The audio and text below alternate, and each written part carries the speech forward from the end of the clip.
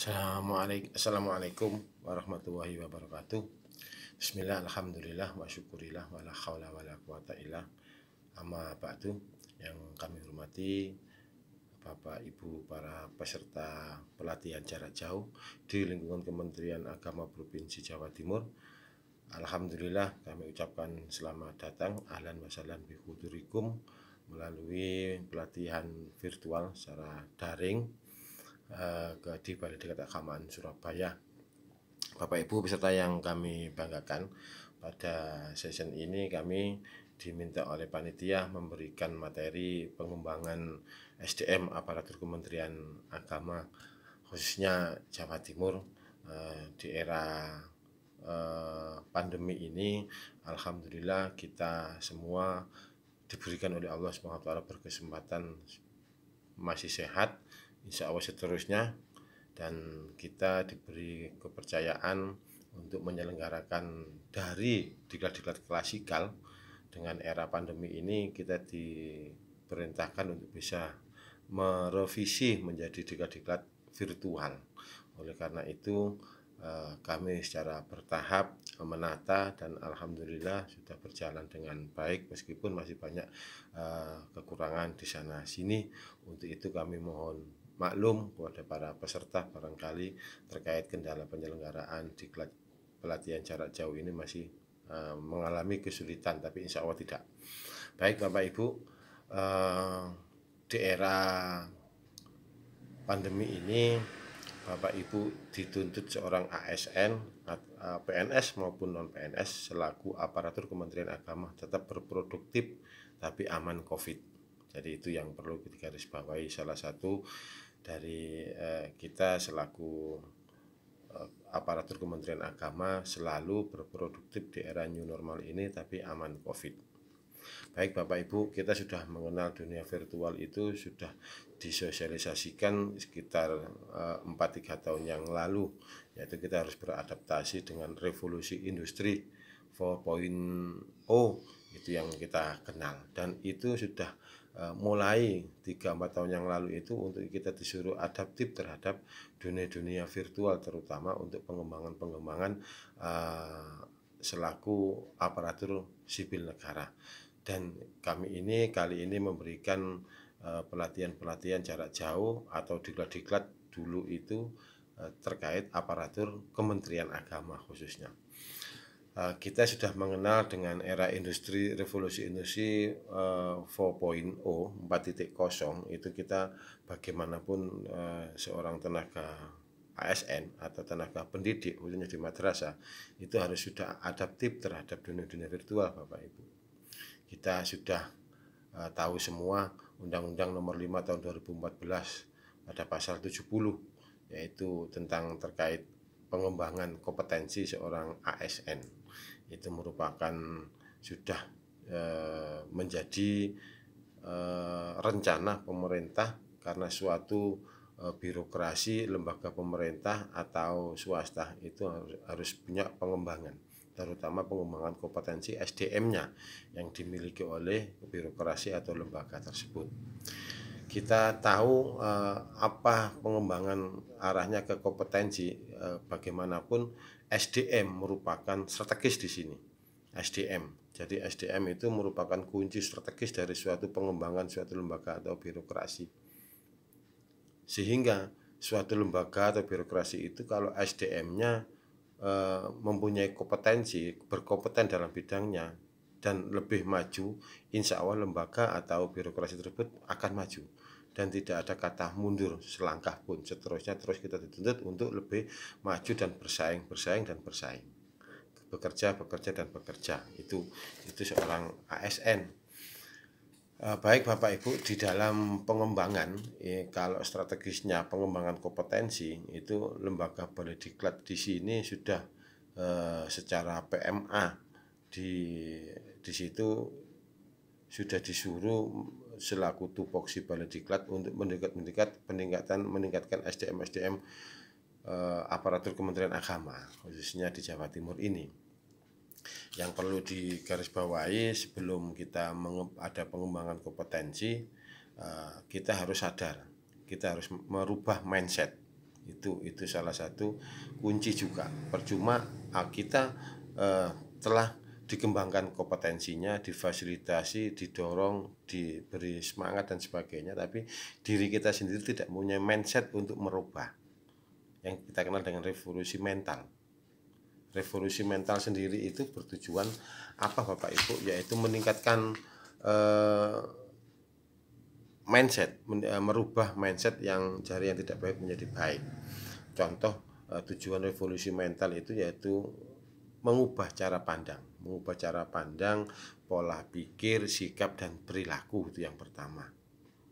Yang kedua, revolusi mental itu bertujuan yaitu membangkitkan kesadaran dan membangun sikap optimistik. Yang ketiga, yaitu mewujudkan Indonesia yang berdaulat, berdikari, dan berkepribadian yang baik. Itu tujuan revolusi mental. Jadi pondasinya kita mau dikembangkan, mau maju diri sendiri maupun dipacu, itu harus ada perubahan revolusi mental.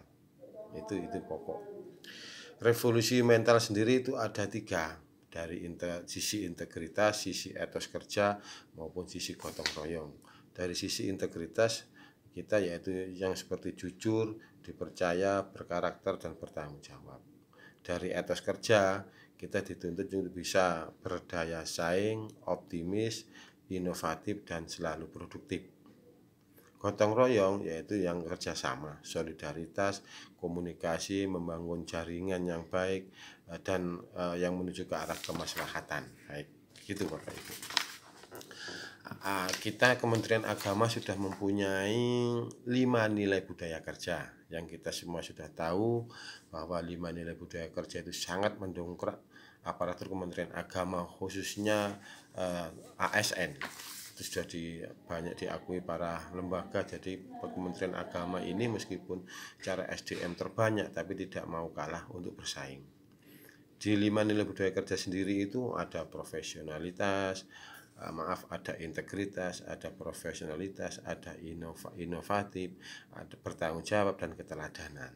Itu Bapak Ibu harus faham, tidak hanya hafal, faham, dan wajib mengimplementasikan, karena itu nilai-nilai 5 budaya Kementerian Agama yang sudah fakta teruji kebaikan dan peningkatan kinerja dan pengembangan SDM kita Bapak Ibu.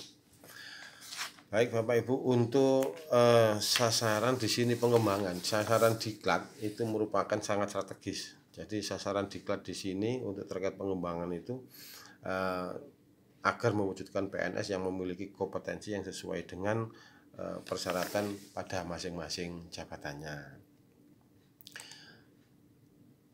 Untuk pengembangan kompetensi seorang aparatur sipil negara itu ada 3 peningkatan kompetensinya, yaitu mulai peningkatan teknis, peningkatan kompetensi manajerial, dan peningkatan kompetensi sosial kultural. Apa yang dimaksud kompetensi teknis Bapak Ibu, para peserta, Bapak Ibu guru? Kompetensi teknis yang harus dimiliki yaitu contoh analisis kebijakan, pengembangan atau inovasi, terus komunikasi efektif, pengembangan kerjasama, jaminan kualitas, pengelolaan konflik, penguasaan, dan pemanfaatan teknologi informasi. Itu kompetensi teknis pengembangannya. Untuk kompetensi manajerial apa saja? Itu melalui kepemimpinan. Ada juga berpikir secara strategis atau visioner, terus pelayanan prima, terus manajemen kinerja dan pemberdayaan staf atau masyarakat.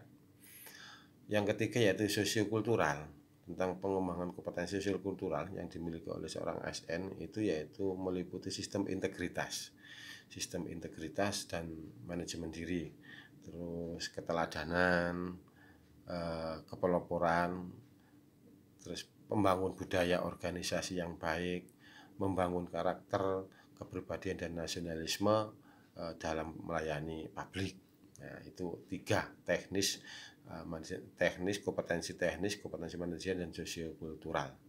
Bapak Ibu, para peserta yang kami banggakan, 3 hal itu yang harus dikuasai oleh seorang aparatur sipil negara.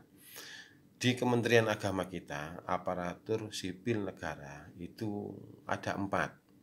1. PNS Kementerian Agama, 2. Honorer Kementerian Agama, 3. Tokoh atau unsur masyarakat yang swasta, yang non PNS, non honorer, tapi dia bekerja menjalankan tusinya Kementerian Agama. Jadi masyarakat atau tokoh masyarakat, figur yang menjalankan tusi Kementerian Agama.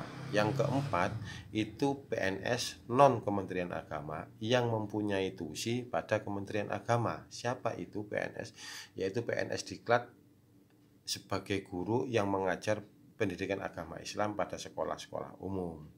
Sedangkan yang ketiga tadi, masyarakat, unsur masyarakat atau tokoh masyarakat yang menjalankan tusi Kementerian Agama, yaitu seperti Mutin, para takmir masjid, para pengelola zakat, itu semua menjalankan tusi Kemenag. Aturan regulasinya, kebijakannya Kemenag, tapi dia bukan PNS atau honorer Kementerian Agama, tapi dia masyarakat atau tokoh masyarakat. Itu aparatur Kementerian Agama. Selama ini Balai Diklat siapa yang dididik dan dilatih, yaitu 4 hal dari 4 itu tadi. Aparatur sipil Kementerian Agama ada 4 itu, Bapak Ibu. Baik, Bapak Ibu sekalian yang kami banggakan, di sini ada perlu diketahui apa seorang ASN itu dalam setiap tahun harus ada mempunyai pengembangan. Pengembangan tidak harus pelatihan, tidak harus diklat.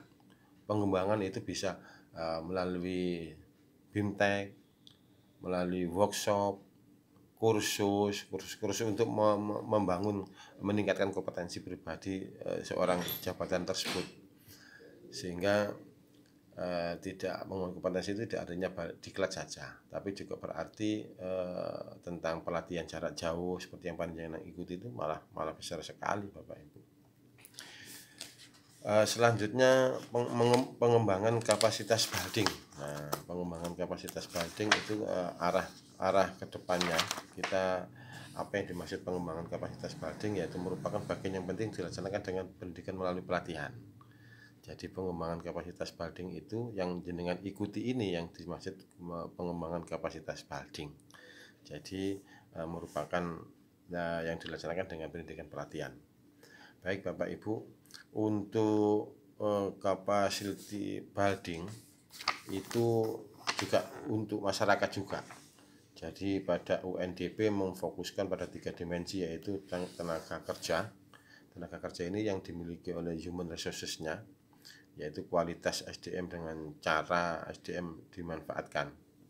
Terus modal, ini dimensi fisik, dan yang ketiga teknologi. Upaya dalam pengembangan kapasitas kompetensi itu meliputi tingkatan 3, ada tingkatan sistem, tingkatan organisasi, dan tingkatan individunya. Bapak Ibu, para peserta yang kami banggakan, apa sih tujuan pengembangan itu? Yaitu tujuan pengembangan itu agar individu atau PNS atau non PNS honorer adalah individu maupun organisasi, juga sistem yang ada dapat dipergunakan secara efektif dan efisien untuk mencapai tujuan dari individu maupun organisasi birokrasi lembaga tersebut. Yang kedua, sedangkan dalam konteks pembangunan dewasa ini untuk menciptakan tata kepemerintahan yang baik, atau lebih dikenal dengan good government, clean governance. Good government, clean governance.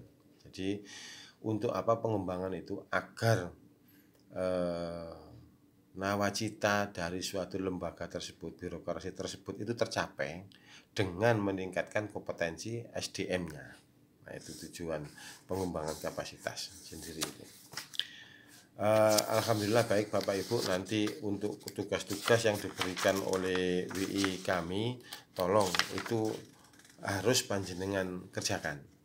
Jadi ini supaya Bapak Ibu ada lulus ketuntasan sampai 100%. Nah, bahan-bahan kami ini nanti akan sudah diupload oleh panitia.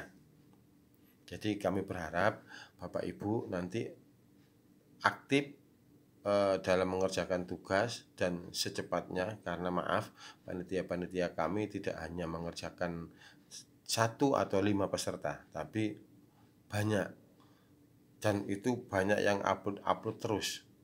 Kalau Bapak Ibu tidak, satu materi dari WI tidak langsung dikerjakan, itu akan menumpuk dan itu menambah pekerjaan panitia kami. Jadi tolong Bapak Ibu kerjasamanya supaya nanti Ibu hari terakhir Bapak Ibu peserta itu lulus ketuntasan 100%, tidak ada tanggungan lagi gitu Bapak Ibu. Mungkin dari situ, oh ya, kami berpesan pada Bapak Ibu sekalian nanti sekaligus jika nanti Bapak Ibu dinyatakan lulus, itu nanti dapat sertifikatnya nanti kami kirim ke Kemenak masing-masing. Tolong sabar sedikit karena peserta sertifikat Bapak Ibu untuk pelatihan jarak jauh ini itu insya Allah ada rencana dikasih nomor register oleh LAN. Jadi kita setorkan nanti sertifikat dengan nama-nama itu, kita ke sana, nanti dikasih nomor register LAN. Itu rencana dari Pusdiklat dan kami akan segera mengusulkan itu. Sekian dari kami, mohon maaf barangkali ada tutur kata kalimat yang salah atau kurang benar. Berkenan, selamat mengikuti pelatihan jarak jauh dari Balai Keagamaan Surabaya, dan semoga ilmu yang ditimbah melalui pelatihan jarak jauh ini bermanfaat bagi diri kita, bagi lembaga madrasah, dan khususnya bagi lembaga Kementerian Agama demi kemajuan ke depan. Sekian dari kami, ihdinas siratal mustaqim, wabillahi taufiq wal hidayah, waridho wal inayah, wallahu muwaffiq ila aqwamit thoriq. Wassalamualaikum warahmatullahi wabarakatuh.